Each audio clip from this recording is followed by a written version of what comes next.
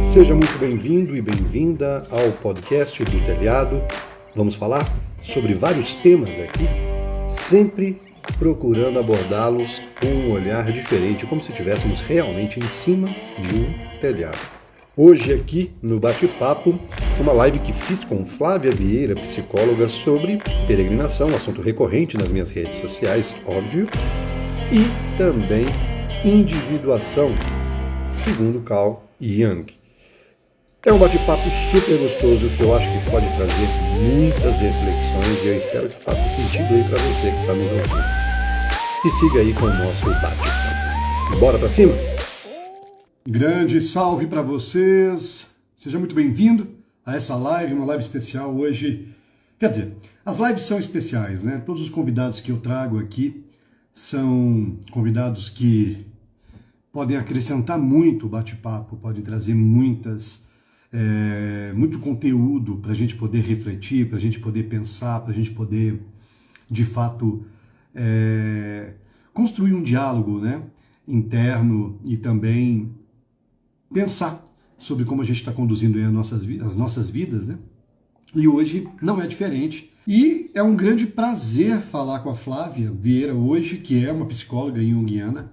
Às vezes a gente fica pensando, né, o tão distante que a gente está das nossas realizações, das nossas buscas, do sentimento de leveza, da nossa verdade, né, do nosso caminho, né, de verdade. E as respostas muitas vezes está dentro de nós mesmos. E o caminho é a gente que conduz. E nós vamos fazer isso, um paralelo entre a peregrinação, o processo que eu venho trazendo aqui dentro do meu perfil aqui no Instagram, sobre as caminhadas, as peregrinações, tudo que envolve, o universo que envolve as peregrinações, e fazer uma relação com esse processo, né, de individuação, no qual a Flávia domina muito bem. Vem acompanhando já há algum tempo as postagens dela e muitas coisas bate frente assim, com o que eu acredito, com a minha verdade. E para mim, chegou, que bom. E para mim é um grande prazer trazer a Flávia para esse bate-papo. Tudo bem? Seja bem-vinda. Muito obrigado por ter aceitado o convite, para a gente poder abrir essa conversa aí, que eu tenho certeza que a gente vai ter grandes momentos aqui nessa live. Como vai você? Tudo jóia? Tomara, tudo em paz.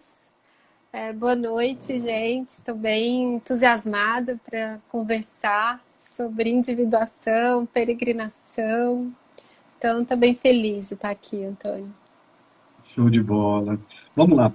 Flávia, me fala um pouquinho da sua experiência, né, da sua vivência na psicologia, um pouquinho de você, um pouquinho da Flávia, o que a Flávia ama fazer, o que ela acredita, né, e também já introduz um pouco, né, do que a gente já vai falar hoje, o seu método de trabalho, como que você vem trabalhando aí nos últimos anos. Eu olho para a minha trajetória profissional, Antônio, também como esse processo de individuação, sabe? À medida que eu fui me encontrando comigo mesma e conhecendo mais sobre mim, a minha profissão ela foi ressoando isso. Então, eu sou daqui de Fortaleza, uma cidade de muitas praias. Eu me graduei em psicologia e eu não sei se eu compartilhei isso com você, Antônio. Eu fui psicanalista por 16 anos. Psicanalista lacaniana, né? E isso fez parte da minha trajetória naquele momento. E fui sentindo necessidade de aprofundar um lado em mim mais espiritual. Que a gente vai conversar aqui, que nada tem a ver com religiosidade. Religião é uma forma de conectar, né, com a espiritualidade. E eu vi em Jung esse caminho. Então, eu integrei a minha vida lacaniana e me abri para esse caminhar com Jung. E a psicologia junguiana foi me trazendo outros lugares. Me trouxe o Enneagrama, que também é uma sabedoria, que tem essa proposta do autoconhecimento psicoespiritual. A comunicação não violenta, que também traz uma outra perspectiva, né? De uma conexão mais profunda e pautada na compaixão e na paz. E hoje eu vivo os cuidados paliativos. A vida me levou também para me deparar com essa experiência. Então, a experiência mais concreta, mais consciente da finitude, desde o início da pandemia, é a minha realidade também. Então, a minha psicologia, eu continuo me vendo fazer psicologia, mas trazendo tudo isso como os meus sustentos, né, de atuação. Você teve uma carreira aí na área da psicologia não, que era um pouco diferente da que você trabalha hoje. Isso. De repente você se encontrou nas teorias de Jung, né? E é mais ou menos parecido com o que eu também vivi do lado de cá. Muitas coisas que eu ia vivenciando nas peregrinações, no caminhar sozinho, na relação que eu tinha, às vezes, com outros indivíduos com o mesmo propósito, né? Aquela sincronicidade que existia dentro do caminhar, dentro das pessoas, que eu estava me relacionando dentro dessa perspectiva peregrina, ela foi me trazendo algumas dúvidas, reflexões que eu comecei a busca. Então, o processo comigo, peregrino, ele teve um despertar interior muito grande, um olhar para dentro muito grande, mas aí eu comecei a querer relacionar isso com algo. Eu falei, cara, o que eu estou vivendo aqui, eu preciso tentar entender de onde está vindo isso tudo. E a que eu mais me identifiquei foi com as teorias de Jung. Então, acho que por isso que até que a gente criou esse vínculo, né, de se seguir nas redes e se interessar pelo que o outro fala, justamente porque a gente vê, né, uma grande afinidade no que a gente vive com o que Jung sempre falou. E esse processo, né, do Jung, ele vai muito além também, né, o Flávio? Fala um pouquinho, além do se descobrir, porque a peregrinação é uma descoberta, uma autodescoberta, mas ele fala que o si mesmo, né, como é que fala? A teoria vai muito além disso, né? Sim, acho que a gente pode pensar em Jung como um grande peregrino, né, Antônio? Se Uhum. a gente lê as obras de Jung, são, né, viagens e caminhos de fé que são arcabouço da psicologia junguiana, né? E eu acho que isso foi o que mais me atraiu na teoria dele, porque ele contempla essa busca existencial e essa inquietação existencial que nós trazemos ao longo da vida. Eu penso que às vezes a gente não dá lugar ao sofrimento existencial, à dor existencial como a gente poderia. Então me despertou muito a vontade, né, de expressar mais isso na minha atuação através de Jung, de tanto escutar essa dor existencial. E isso vai acontecendo ao longo da vida. E quando ele traz esse conceito, né, que é o tema da nossa live, o conceito de individuação, para mim a individuação é uma grande peregrinação de volta para casa, né? O si mesmo é quem nós somos de fato, né? Tornar-se quem nós realmente somos. Nós nascemos com essa potência de realização de ser. Nós nascemos para manifestar o nosso ser. A vida vai nos levando para N lugares a partir das leituras que a gente vai fazendo das nossas relações. Existe uma necessidade em nós que ela é muito potente, que é a do pertencimento. Todos nós queremos pertencer, né? Pertencer aos núcleos sociais que são valiosos e preciosos para a gente. A questão é quando esse movimento de pertencer ao mundo, ele se torna incongruente com o movimento de pertencimento a si mesmo. Então, o que acontece é que nós vamos nos desconectando da nossa autenticidade para atender o que socialmente a gente considera que seja valioso para a nossa vida, né? A gente quer ser amado. E muitas concessões a gente faz em nome desse amor. Então, o processo de individuação nada mais é do que a busca da consciência dessa totalidade, do retorno para essa totalidade. E não é algo abstrato. Não é algo abstrato. Isso se dá, por exemplo, nos momentos mais práticos da nossa vida, como transição de carreira. A gente olha para a transição de carreira, se a gente olhar mais profundamente, né? Por exemplo, eu olho para a minha trajetória, você olha para a sua, tem uma busca de individuação, tem uma busca de autenticidade, tem uma necessidade de expressão de quem nós realmente somos. Então a vida ela vai reverberando essa nossa busca por essa autenticidade, né? A gente pode expressar isso na vida profissional, na vida amorosa, nos nossos relacionamentos afetivos. E tudo que a gente realiza nada mais é do que ou essa busca por essa conexão, por essa autoconsciência, ou uma desconexão e uma inconsciência do que nós realmente desejamos ser.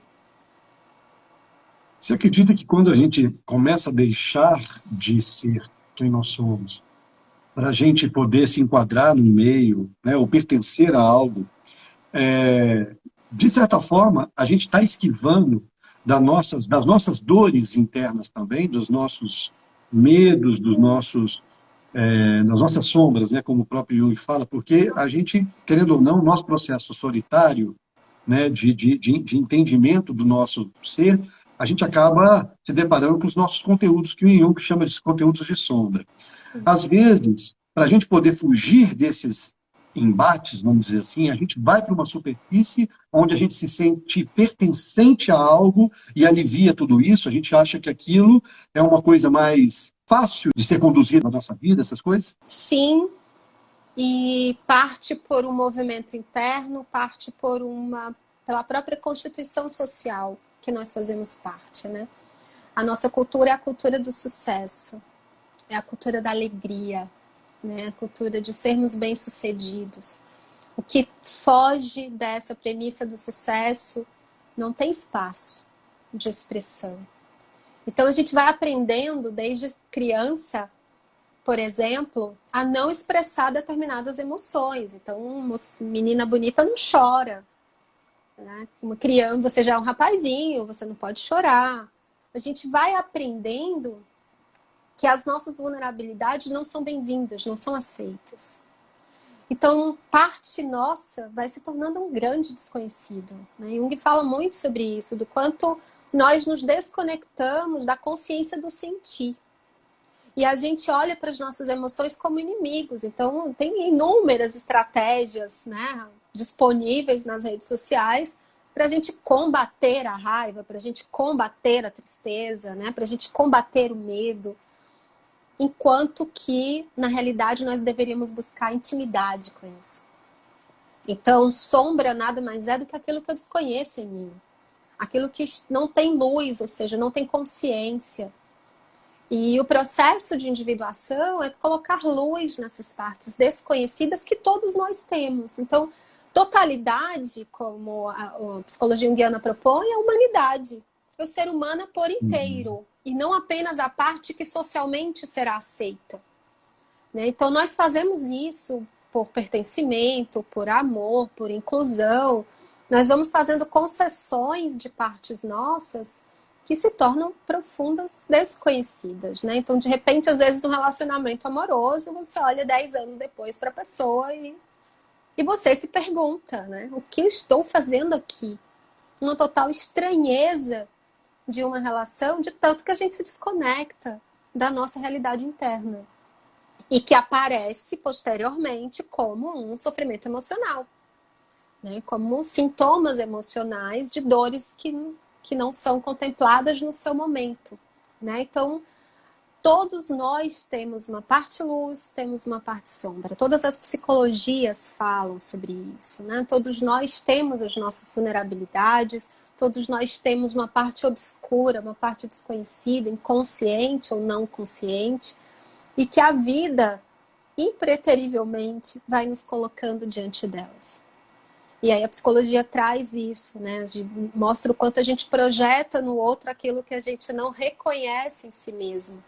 Por isso, Antônio, que não existe individuação individualista. Não existe individuação sem relação. Então, os outros também são espelhos das sombras que eu não percebo em mim. As relações são preciosas, por isso que a nossa família é a nossa grande escola de evolução, né? Então, a gente vai aprendendo a tomar consciência daquilo que eu projetei por tanto tempo no outro. De repente eu vou para uma peregrinação e eu observo que todos aqueles monstros estavam na realidade em mim. Então é um processo de fazer as pazes com tudo isso também. É engraçado. Tem um texto no meu livro, da Via Frontigem, Na minha peregrinação da Via Frantígena foi um pouco diferente da do Caminho de Santiago, e essa diferença ela é grande parte devido ao fato de eu caminhar muito solitariamente na Via Frantígena e no Caminho de Santiago haver muita troca. Então, eu conversava muito com outros peregrinos, vendo a história, os desafios, o porquê, né, deles estarem fazendo, quais eram as buscas individuais ali, né, e a gente se identificava muito com aquilo, a gente aprende muito com aquilo. Já na Via Frantígena, não. E eu tenho um texto que eu falo que depois que passa o momento de uma dor, da dor física, né, porque a caminhada no início, ela dói muito o corpo, surgem bolhas, você está ali desabituado a tanta atividade física contínua, você foca muito nas suas dores físicas, né? E aí você acaba esperando que aquilo se atenue até que o seu corpo entre no automático. Eu falo que quando você coloca o corpo físico no automático, a sua mente ganha asa. E nesse texto eu falo que parece que é uma vida colocada dentro de um guarda-roupa, onde eu preciso remexer esse guarda-roupa, a gente acaba abrindo esse guarda-roupa, tirando tudo lá de dentro, mexendo em caixas que estão fechadas há tempos, né? E querendo não, esse momento de mexer, quando você, né, faz uma analogia para o que de fato é uma arrumação de guarda-roupa, você bagunça o quarto, você bagunça a casa, você bagunça outros ambientes, para poder identificar naquilo tudo que você está mexendo, o que de fato a gente tem que descartar, né? Culpas, remorsos, não sei. A gente tem que botar pessoas para fora para poder que não faça mais parte da nossa vida naquele momento para frente. Outras que são lembranças que devem ser encaixotadas e guardadas num cantinho bem aconchegante, mas que é simplesmente parte do nosso aprendizado, parte da nossa trajetória, e outras que a gente tem que estar com livre acesso, né? Então, que são as coisas que têm mais importância para a gente, e a gente destinar energia para realmente essas coisas. Então, assim, esse movimento, né, de arrumação interior é um movimento bem doloroso. Você se sente assim, bem ansioso, você tem reflexos fisiológicos dentro desses momentos, mas é de extrema importância, porque a partir do momento que você se olha e tenta se organizar, a sua relação com outros, ela se torna melhor. Por isso que um retorno, né, quando a gente se desconecta desse meio e vai para uma peregrinação onde o foco é o espaço que nós estamos vivendo, físico, aí, o itinerário, toda a mística, porque alguns caminhos são místicos, o caminho de Santiago é mística, e tem pura mística, com várias pessoas também pensando e buscando algo como você, e você com você mesmo. Então, quando você volta bem mais propício, né, a, a lidar melhor com o outro. Né? Então, assim, a individuação, como você falou, ela começa em nós, mas com o objetivo de refletir no todo, né, nos outros. Sim. E isso é bem doloroso, né?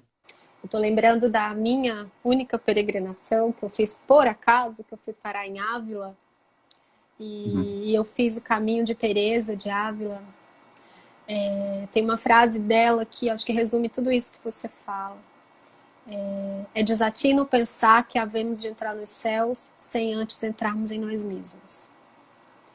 Então, ela é uma mística da tradição cristã, mas ela traz essa preciosidade que ela coloca, né? Somente através do autoconhecimento, através desse aprofundamento em si mesmo, que eu consigo ir para o mundo que eu desejo, né? Que a gente chama de céu.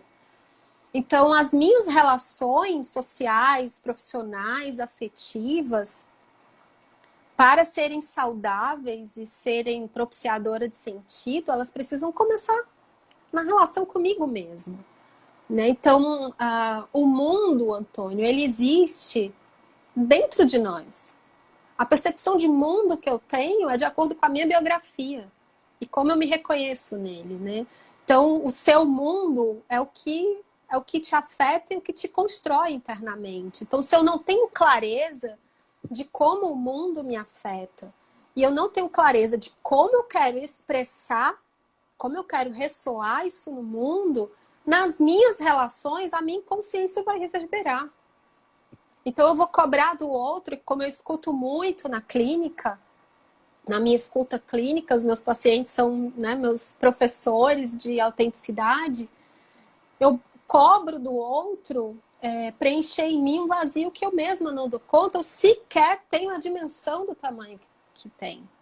Né? Então, a individuação, gente, não é um trabalho místico. Às vezes acontece, né, numa caminhada de peregrinação, às vezes acontece numa mudança de emprego, às vezes acontece no divórcio, às vezes acontece no casamento.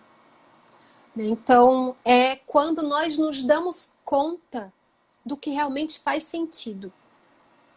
Então, quando a gente tem clareza do que é coerente na nossa relação com o mundo, nós estamos fazendo esse caminho interior de individuação. E claro, é doloroso e algumas pessoas precisarão de um suporte. E aí é onde entra o trabalho da psicoterapia e de outros, né, trabalhos de autoconhecimento. Quando você fala da questão do caminhar, né,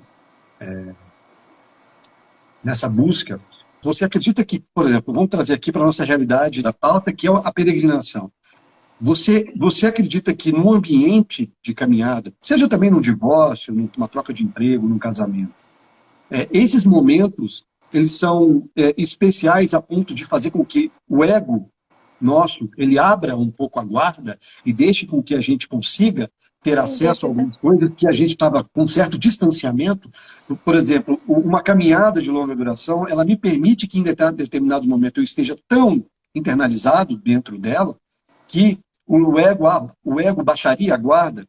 E é importante que o ego caminhe dentro desse processo, né?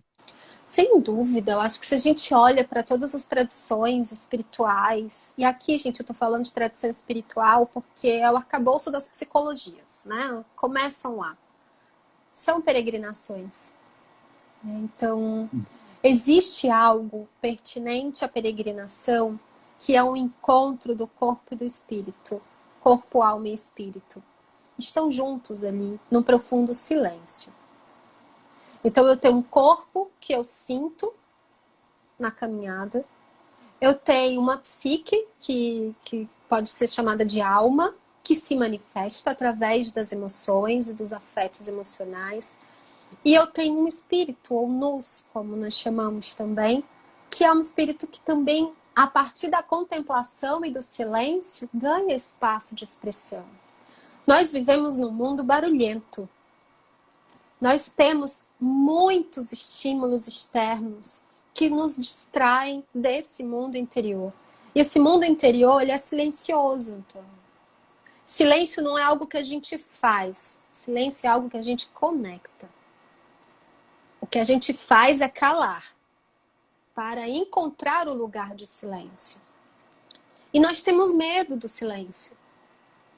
Porque quando a gente silencia, o ego fala. A alma fala. E nós não temos intimidade, né? A nossa cultura ocidental, como eu repito, não é uma cultura para o mundo interior. É uma cultura para o mundo exterior, né? É o casar, o ter o filho, e escrever o livro, ser bem-sucedido. É um checklist externo do que eu tenho que ser. Então, eu preciso, muitas vezes, abrir mão do que realmente faz sentido para atender o mundo fora. Na peregrinação, não tem mundo fora. Tem eu comigo mesma. Nesse profundo silêncio que é ou escuta ou escuta. E por isso que, às vezes, eu já escutei algumas experiências de peregrinação, os primeiros dias são os mais desafiadores, porque não há intimidade com o que eu estou escutando. Há um profundo, às vezes, desespero de tudo que eu estou escutando. De repente, aqui, essa sintonia, ela vai sendo mais harmoniosa. E aí você fala com muito mais propriedade do que eu. Mas se a gente olha para Buda, se a gente olha para o Cristo, peregrinaram. Eles estiveram nesse momento com eles próprios, para que fosse possível escutar para além de si mesmo, né? Para além do ego. Porque eu acho que a partir do momento que vai além do ego, a gente consegue, né? É o que você falou, numa peregrinação, aquele momento um pouco mais inquietante, ele se dá porque a gente começa a ter, através do ego ali, um acesso à nossa consciência, né? E a gente ali, querendo ou não, por que que depois, a gente fala na peregrinação que depois da fase do corpo e entra a fase da mente, onde começa todo esse conflito de pensamentos, né, e para onde nós estamos caminhando com o que nós pensamos e queremos ali, você depois aquieta. E aí você fica de uma maneira mais forte, espiritualizado.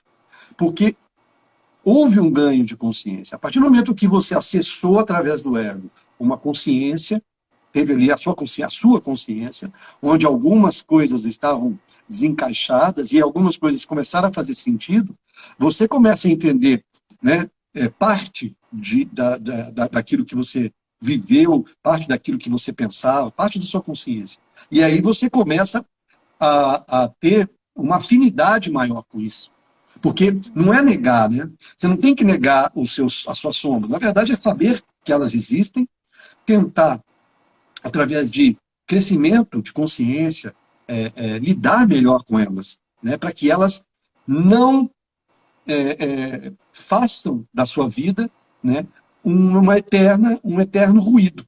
Né? Porque senão você vai viver sempre em ruído consigo mesmo e não vai haver uma evolução de vida a ponto de você crescer espiritualmente, que é exatamente se contemplar a natureza, o mundo que a gente vive. Então, você acredita que esse ganho de consciência se dá porque o ego permite esses acessos, esses conteúdos? Curiosamente, nesse momento, eu tenho uma paciente fazendo o caminho de Santiago. Oh, que legal. Foi uma decisão que ela tomou justamente na busca dessa escuta mais profunda de si mesma. Eu acho que todo o processo da peregrinação, desde a decisão, já é um processo já é uma oportunidade de individuação. Porque não tem mais para quem eu falar, não tem mais para quem eu reclamar, não tem mais para quem eu negar. Eu não tenho um fora para eu me conectar e me desconectar de mim mesmo. Então, é inevitável. Eu acho que é uma frase de Jung, que ele diz que o caminho para si mesmo corre o risco do encontro consigo mesmo.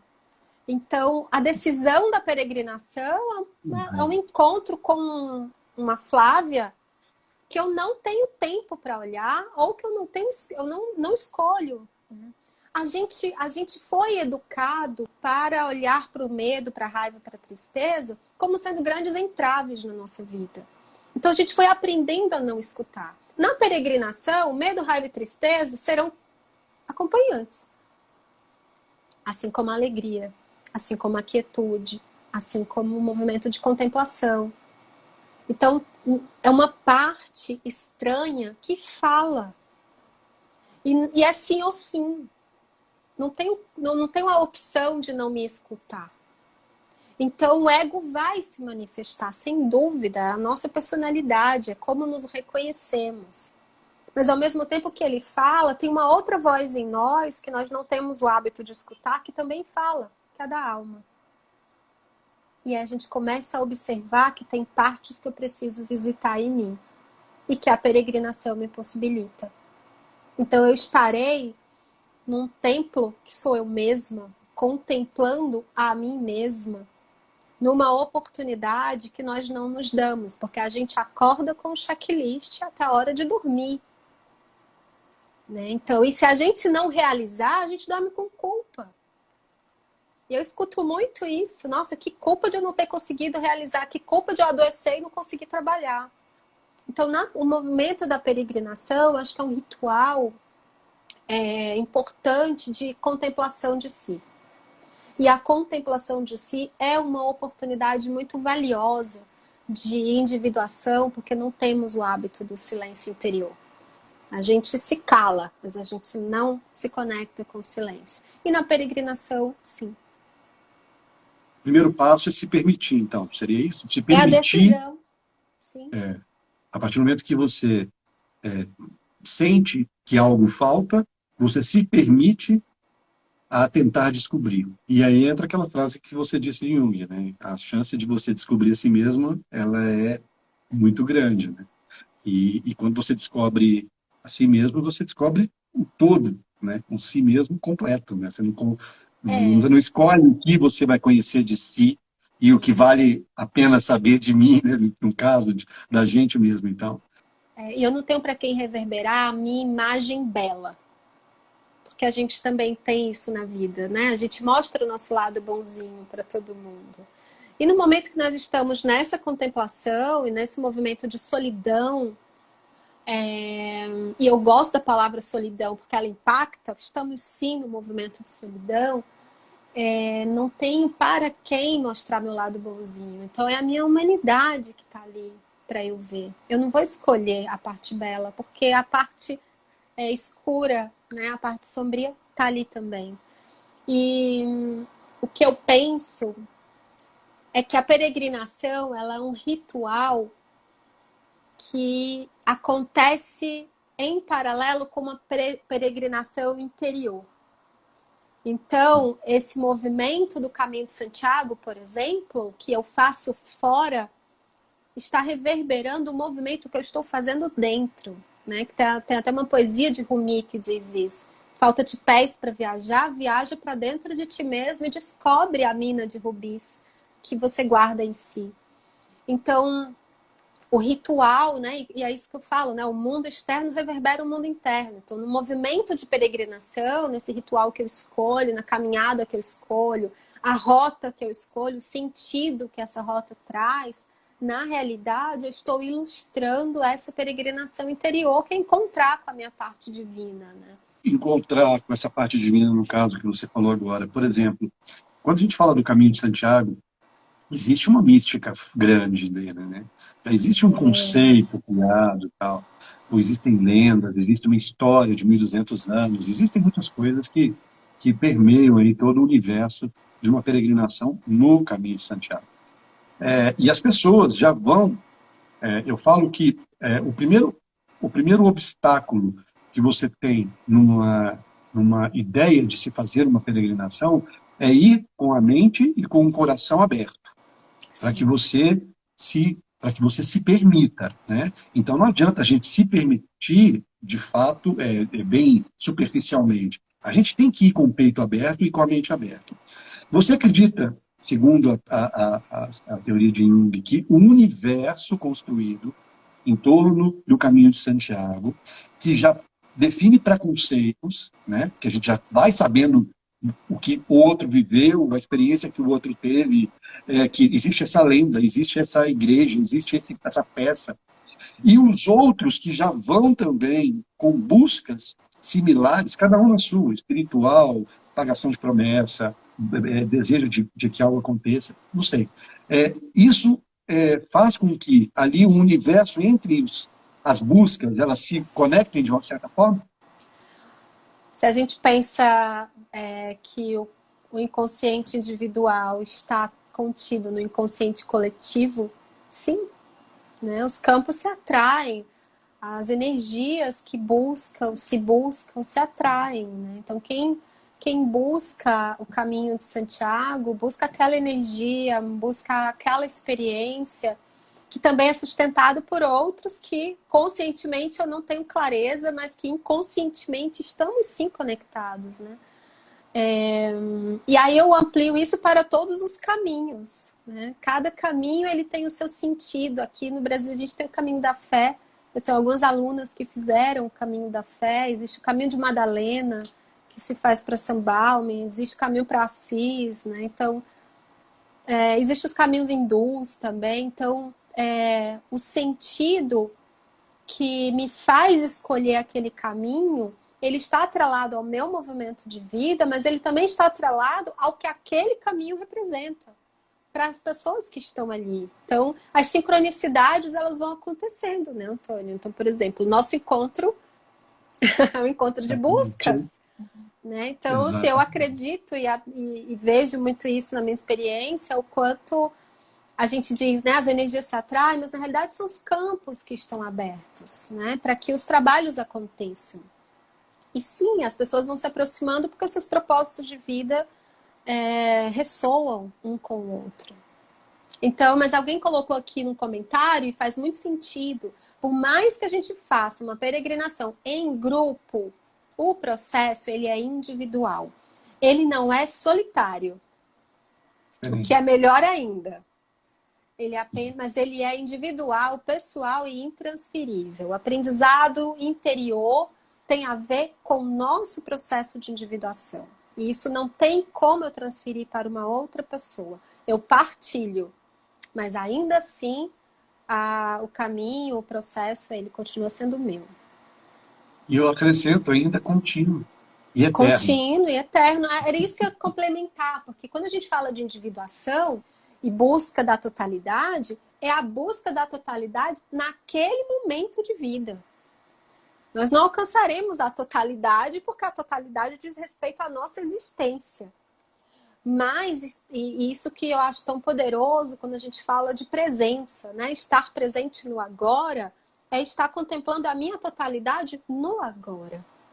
Então, a gente vai, ao mesmo tempo que contempla o máximo de mim, né?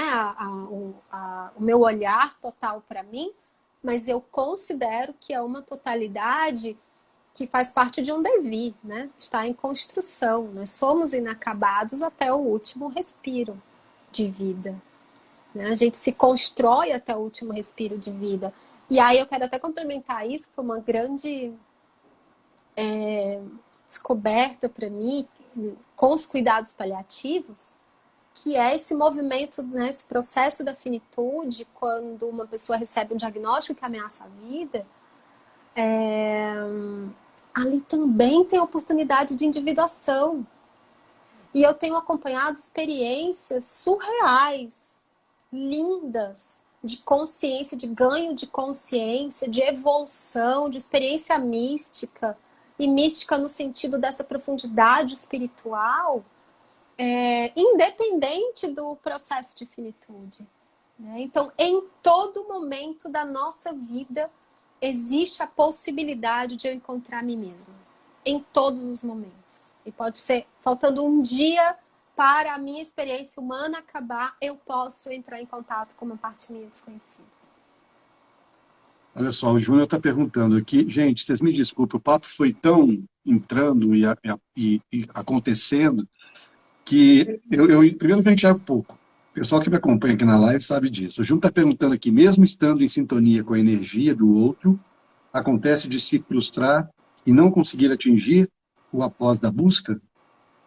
Você fala assim, caso, você deve estar perguntando talvez, numa experiência de busca, numa peregrinação, convivendo com outro que busca também. Mas cada um tem a sua busca, né? Eu costumo falar isso também, que o Kairos é uma coisa, também é única, né? É o seu momento oportuno para entender certas coisas é diferente do meu momento oportuno. E numa peregrinação pode acontecer de você, de se completar naquele momento, né? Mas às vezes você vai e volta ainda com muita dúvida. Eu costumo falar que o caminho de Santiago, por exemplo, não diz adeus, só diz um até logo, porque a gente já volta pensando quando é que eu vou de novo. Porque a experiência me dá abertura para conectar com algo que realmente a gente não tem nesse mundo barulhento, como a gente falou na live, e que a gente tem alguns entendimentos, mas que muita coisa também fica para trás, né? Muita coisa fica sem. Às vezes a gente volta com algumas dúvidas, ou talvez mais dúvidas do que quando a gente vai.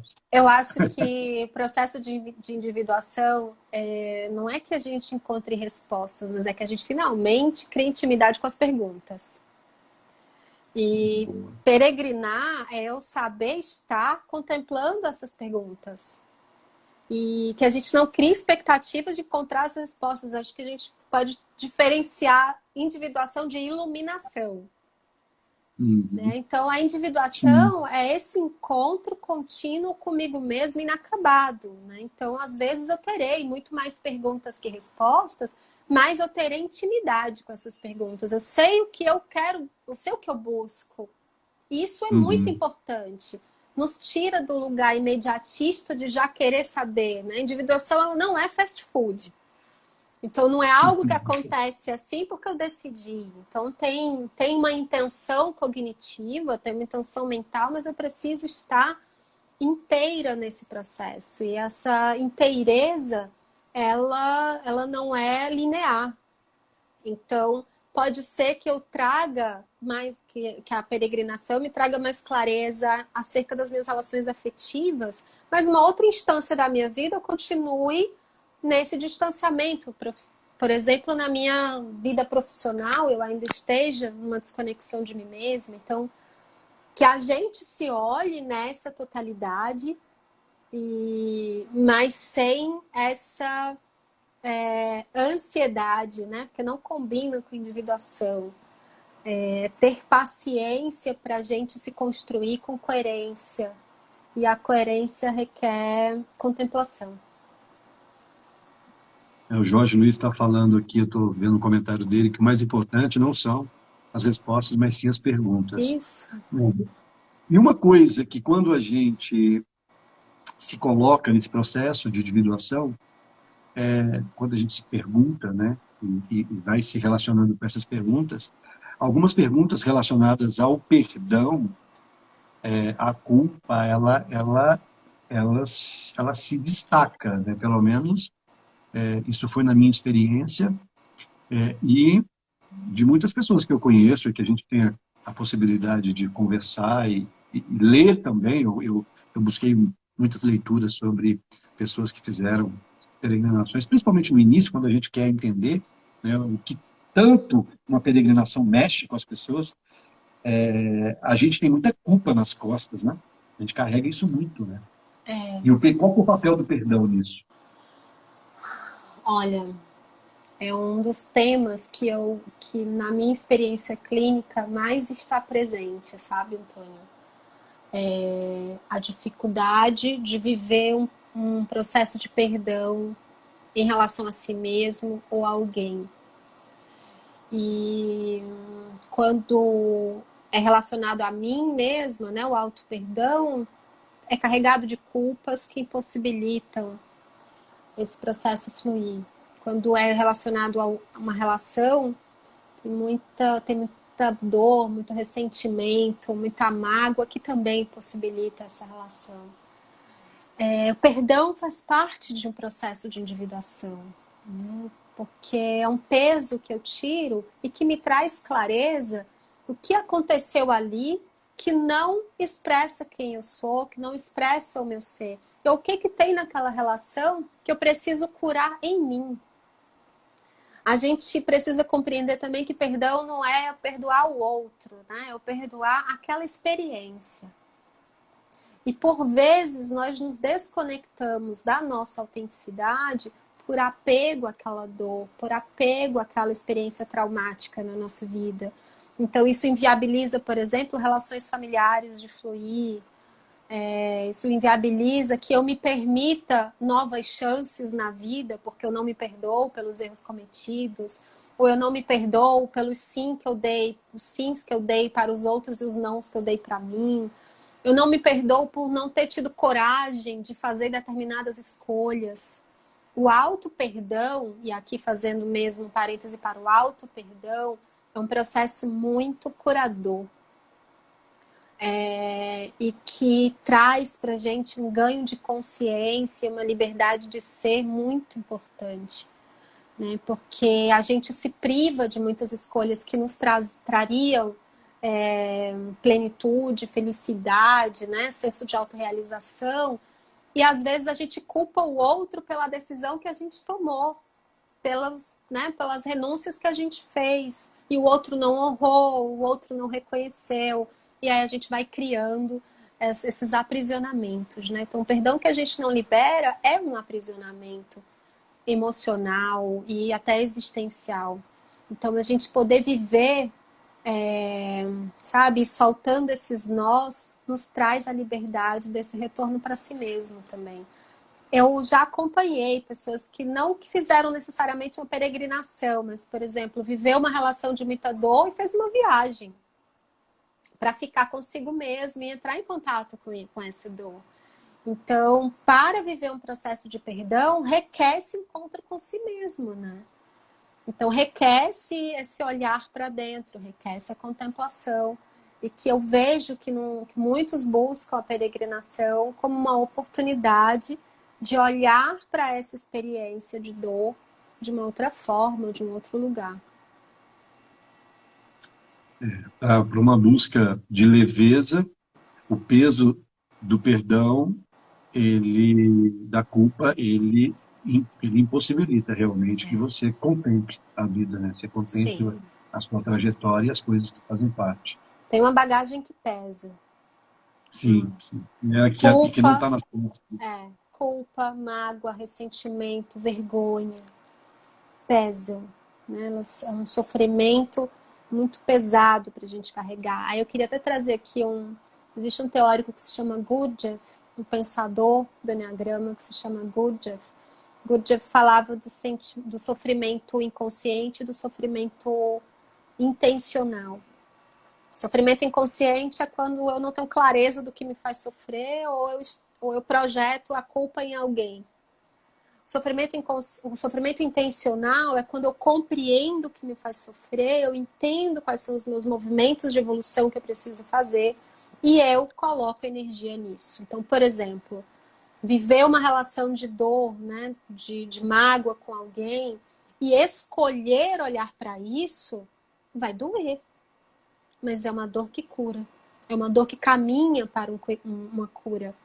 Então, eu chamo isso de sofrimento consciente. Eu sei que é doloroso, eu sei que eu vou fazer um caminho, que eu vou caminhar 30 dias, que eu vou ter que olhar para essa forma de relação que eu construí, mas tem um objetivo que vai me trazer conforto, que vai me trazer consciência, que vai me trazer essa leveza para a vida. E tem um outro sofrimento que é o apego à dor, à culpa, ao ressentimento, que eu só alimento isso em mim ou no outro e que não me leva a nenhum objetivo de crescimento pessoal ou de evolução daquela relação. Né? Então, faz parte desse estar consigo mesmo a oportunidade de a gente escolher, né, que sofrimento eu quero experienciar. Aquele que me leva para o apego, aquele que nutre esse peso na minha vida ou aquele que me leva para algum lugar mais consciente em mim. Show, perfeito. Olha só, nós falamos 50 minutos já. É impressionante. A Marisa falou ali que gostou de eu ter te trazido aqui para a live, porque ela falou que, como é que ela escreveu? Uma mulher fantástica, olha. Nos apresentar essa mulher incrível. Amando a Ai, live. Obrigado, gente. Marisa. Obrigado, Júnior, que escreveu aqui de novo. Você falou do caminho da fé, né? Eu estou indo fazer o caminho da fé agora, dia 29. Uau. O Júnior é um Júnior aqui, que a gente não se conhece. Sofrimento pode-se dizer que muitas vezes é opcional. Ele fez uma pergunta aqui, depois Tá. a gente volta nela, mas o Júnior pessoal, muita gente chama ele de anjo do caminho da fé. Ele trata os peregrinos com uma simpatia, com uma atenção, com um carinho, motivando, escrevendo plaquinhas. Tem a capelinha de São Bento na casa dele que ele construiu para poder dar água aos peregrinos, coloca as fitinhas motivacionais para as pessoas levarem. Faz um trabalho lindo no caminho da fé, e ele tem contato mesmo com muitos peregrinos, e isso faz com que ele entenda realmente a cabeça ali do peregrino, da necessidade, né? Quando as pessoas passam por ali, às vezes com sede, e foi isso que aconteceu com ele. Foi uma sede de uma peregrina que ele não pôde atender naquele momento, ele não tinha água, foi para casa, aquilo ficou na cabeça dele. Ele pegou o carro, pegou uma água, botou no carro e foi atrás da peregrina, e ali onde tudo começou, dali para frente as ações dele se tornaram cada vez mais importantes e mais intensas. Ele pergunta aqui se o sofrimento pode dizer que muitas vezes é opcional. O sofrimento inconsciente, sim. A gente pode criar coragem e usar essa energia de dor para curar o que precisa ser curado em nós. As pessoas dizem, né, a dor. A gente não tem como transformar o que a vida faz conosco, né? A gente não tem como evitar o que a vida faz, mas a gente pode transformar como a gente lida com isso. Acho que Sartre fala isso, não é sobre o que a vida faz com a gente, mas é o que a gente faz com o que a vida faz com a gente. Então nós podemos usar essa energia desse processo de individuação, que pode vir, sim, com dor ou com sofrimento, a serviço da nossa vida mais consciente. Então, vale a pena. Esse vale a pena. Ah, perfeito. Olha, minha esposa veio aqui, olha, eu vou fazer o caminho da fé. Ela resolveu fazer o caminho da fé comigo. Vai ser a primeira experiência dela. Adorou a live também. Obrigado. Obrigada, Flávia, olha, gente. o tempo. Vamos começar a despedir dessa turma maravilhosa que nos acompanhou aqui. Eu acho que essa live foi super produtiva. Muito obrigado pela oportunidade de Obrigada. falar sobre esse tema. A peregrinação é algo que está dentro de mim. E toda vez que eu converso sobre essa interface, né, do que a gente vive no caminho com o que psicólogos, principalmente o Jung, que é um que realmente, como eu falei no início da live, norteou muito as minhas leituras e o meu aprendizado. Para mim é muito gratificante, porque é como se a gente abrisse mais um espectro, né, sobre as coisas que a gente está vivendo. E querendo ou não, por mais que a gente esteja nesse processo de individuação, né, de ganho de consciência, a gente estar atento, né, ao que a gente conversa, ao que a gente fala, às pessoas que estão em nossa volta e que contribuem, sempre faz com que a gente mude um pouco. Que a gente olhe um pouco de forma diferente, que a gente reflita sobre determinado ponto. Olha só, ela acabou de falar uma coisa aqui na live que realmente me tocou de uma forma diferente, que eu preciso ter um olho mais carinhoso para essa questão. Muito obrigado mesmo, Flávia, pelo carinho aí com as pessoas. Pessoal, está aqui. Sigam a Flávia Vieira lá no Instagram dela, dá um toque ali em cima, siga, porque é um trabalho maravilhoso. Ela fala sobre comunicação não violenta, ela fala sobre enneagrama, ela fala sobre cuidados paliativos, que é um assunto também que assim, tem me chamado muita atenção nos últimos tempos. Eu acho que esse confronto com a finitude, né, ou esse encontro com a possibilidade de finitude das pessoas, quando a gente conversou, até falei sobre isso, né, ela propicia com que a pessoa analise de maneira mais abrangente aquilo que viveu, né, e como que vai ser aquela vida naquele, né, tempo que lhe resta. Né? Eu acho que foi meu grande aprendizado. Cuidados paliativos me trouxe essa possibilidade de, com os meus pacientes mesmo, de psicoterapia processual, dizer, busque a autenticidade, porque todo dia pode ser o último dia. Então, que a gente possa viver com plenitude todos os dias, como sendo o último dia. E eu vou sim fazer o caminho da fé, em breve. Vai me acompanhando que eu vou contar tudo de lá. E você é de Fortaleza, né? De Fortaleza. Aqui tem uma peregrinação, aliás, tem duas peregrinações muito tradicionais, que uma é uma peregrinação dos sertanejos para uma cidade de São Francisco, a outra do Padre Cícero. Então, são duas peregrinações muito tradicionais. E que eu gosto muito dessa analogia do caminho da fé, como também um caminho da fé em si mesmo. Eu vejo a individuação como um caminho da fé em nós mesmos. Então, esse processo interior que a gente consegue fazer no movimento de peregrinação fora é único. Show. Gente, obrigado pela presença, obrigado, Flávia. Sigam a Flávia a partir de agora. Foi um prazer enorme falar contigo. E a gente vai continuar se falando um pouco. Para nós tá bom? todos, gente.